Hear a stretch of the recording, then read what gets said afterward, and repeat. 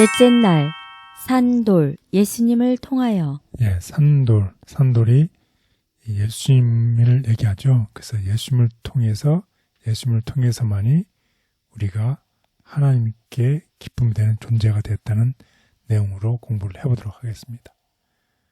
하나님을 기쁘시게 하는 방법이 무엇인가? 이 하나님께서 항상 먼저 우리에게 손을 내밀었죠. 우리가 하나님께 간 것이 아니라 하나님께서 우리를 찾아오셨어요. 우리가 잃어버린 양을 할 때도 누가 먼저 갔어요?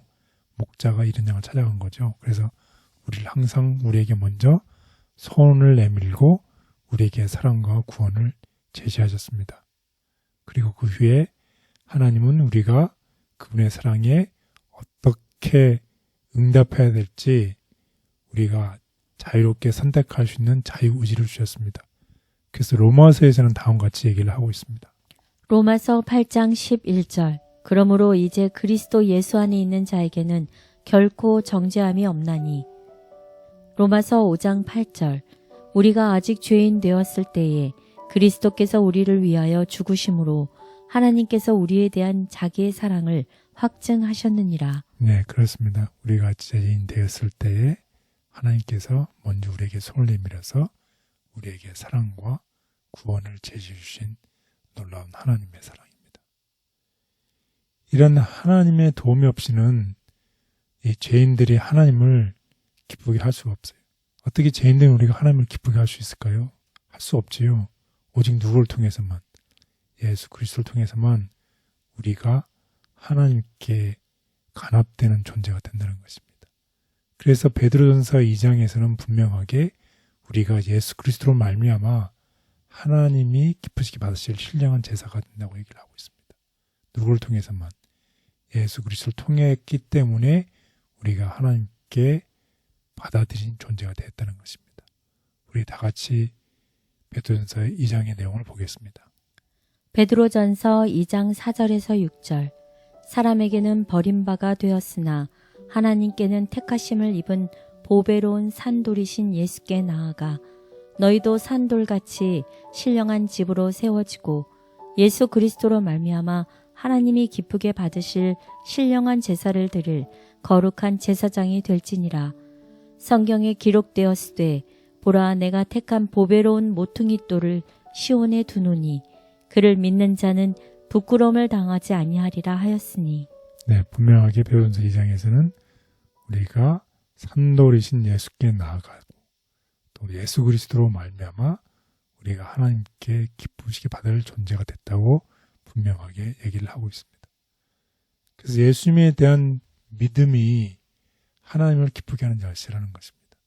예수님의 거룩한 삶과 희생이 우리를 하나님 앞에 합당하게 만든 것이.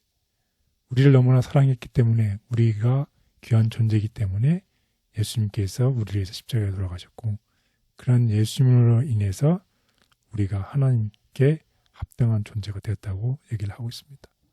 또한 히브리서 11장에 보면 히브리서 11장이 믿음의 장이죠. 네. 거기서 무엇이라고 분명하게 얘기하나요? 하나님을 기쁘시게 못한 무엇이 없이는 하나님을 기쁘시게 하지 못한다고 얘기를 하고 있나요? 믿음. 예, 믿음이 없이는 하나님을 기쁘시게 하지 못한다고 얘기했어요. 그 바꾸어서 얘기하면 하나님을 기쁘게 하려면 무엇이 있어야 된다는 것이죠. 믿음이요. 예, 믿음이 있으면 하나님을 기쁘게 하겠다고 얘기를 하고 있습니다. 우리 11장 6절을 보겠습니다. 히브리서 11장 6절. 믿음이 없이는 하나님을 기쁘시게 하지 못하나니 하나님께 나아가는 자는 반드시 그가 계신 것과 또한 그가 자기를 찾는 자들에게 상 주시는 이심을 믿어야 할지니라. 네, 그렇습니다. 믿음으로 우리는 하나님께 응답하게 되고 또 하나님께 응답하는 사람은 그리스도의 의의 중보를 통해서 하나님 앞에서 믿음으로 우리가 의롭다 한다고 여겨지고 있습니다.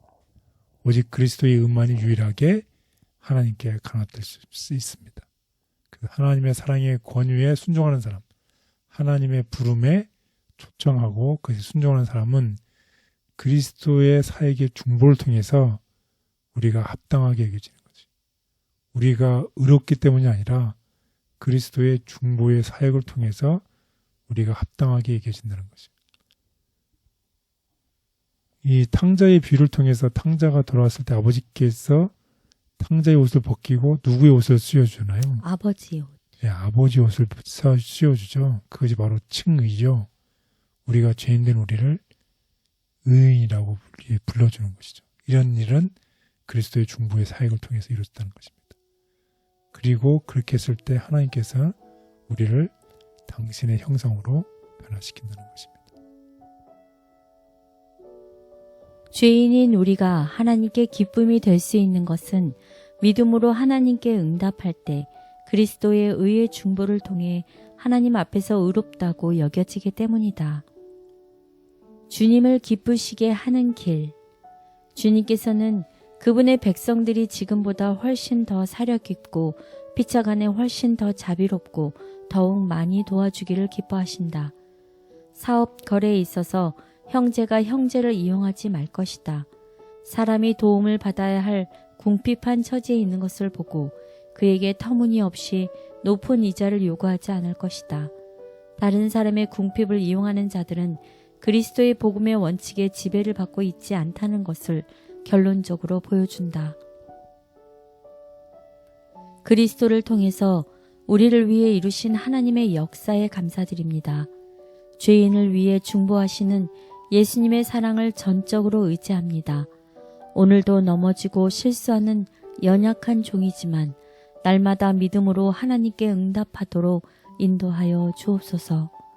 예수님의 이름으로 기도드렸습니다. 아멘.